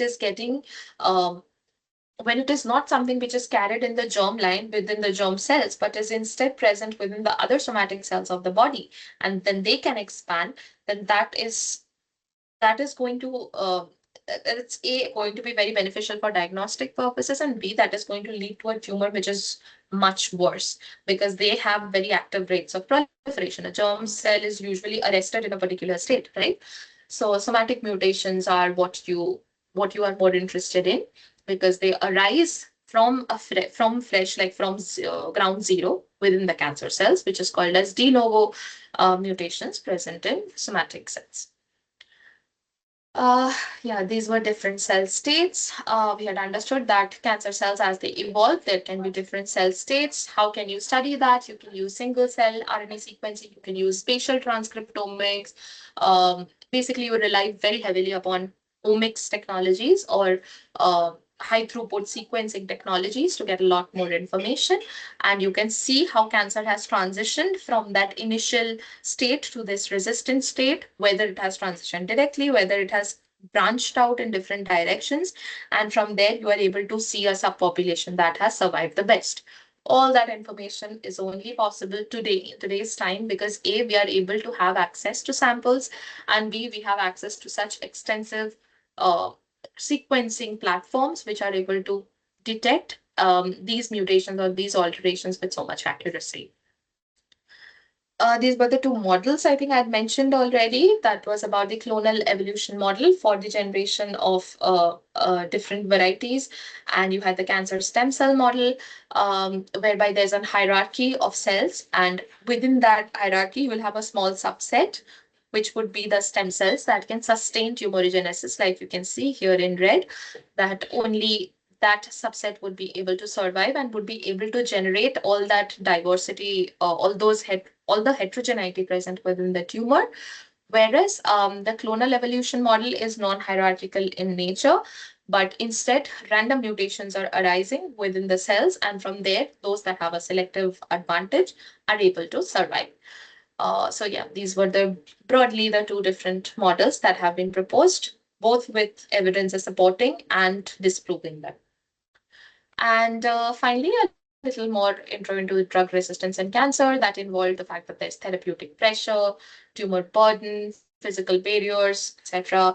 Physical barrier is a major challenge for PROTACs, like I just mentioned, that cells are not taking it up. It's not able to get into your system at all. Sometimes genome is undruggable. Sometimes tumor heterogeneity is so large that it is not able to that the drug that you're using is not able to bypass that heterogeneity, and some subclone is getting selected. Sometimes the immune system and the microenvironment is not conducive. So all of these are very commonly understood mechanisms, and together they give rise to drug resistance. This was just the way in which you can actually tackle cancer drug resistance. So early detection and using ctDNA profiling over time to detect cancer and to track the type of response which is coming to that cancer. So you can see three doses or three sittings of administration of therapy and the response which is expected after that, versus if you use an adaptive intervention in the sense that after initial testing, when there is another testing based on that, treatment for that patient might be decided in a certain manner. So instead of following the initial route of treatment, when a different adaptive treatment is utilized, you can see that the patient responds much better, and therefore drug resistance is much better tackled using this strategy. So again, these are topics we have been discussing throughout the tenure of our course. Um, as part of the questions, how has the field of omics opened up? I've already mentioned that in so much detail that without omics, all this concept of cancer evolution, while we would theoretically know it, we wouldn't have experimental evidence to support it very extensively. And secondly, how can we design a foolproof strategy to bypass drug resistance in cancer? Short answer is you can't. Uh, Cancer is probably smarter than us. What we can do, we can keep trying, we can keep designing, and we can use, like, we can saturate the cancer to such an extent with a lot of drugs that it is no longer able to bypass the load of the drug which is on it, or it is not able to survive the multi-pronged approach that is used for its elimination. So instead of it being a mechanism where you use drug X and then overcome resistance to X, then use Y, you use X plus Y plus Z at the same time. And you try to limit the ability of cancer right at step zero instead of allowing it to progress much further. So that is the perspective we have as of now. But yes, certainly it is subject to evolution over time. So yeah, I think that wraps up the discussion, because after this we had looked at some information about cancer statistics and just today's class. So yeah, I think from my end, the discussion is done. Anything you would like to discuss, anything, any information, because this will be the last class for now. So please let me know. If you ever need anything after this course as well, my email ID is accessible to everybody. So you can contact me over mail. You can have a discussion. You can ask me for resources. You can ask me for reference if you want to go somewhere else, you want some recommendations, whatever resources you require, I'm always available. Please let me know any last thoughts, any comments, any doubts. Please let me know, and then we'll wrap up for the course.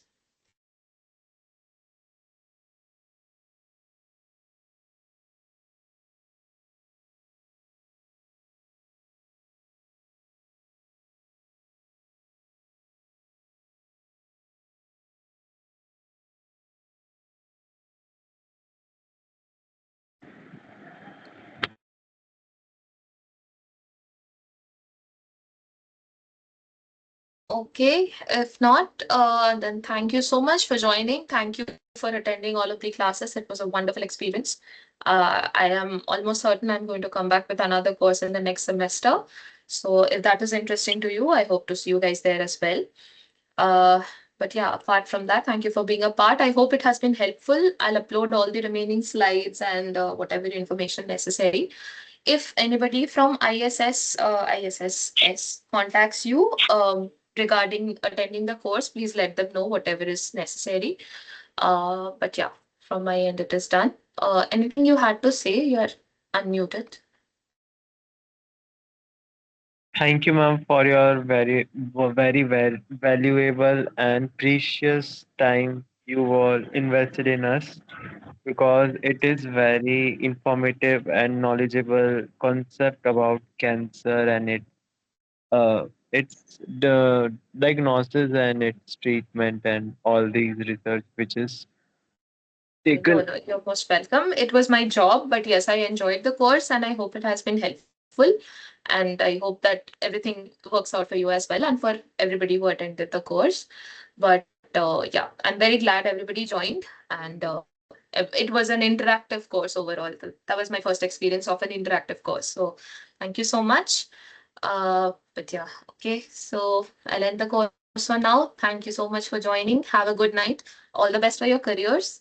And hopefully I'll see you again for the next course. Thank you. Thank you, ma'am.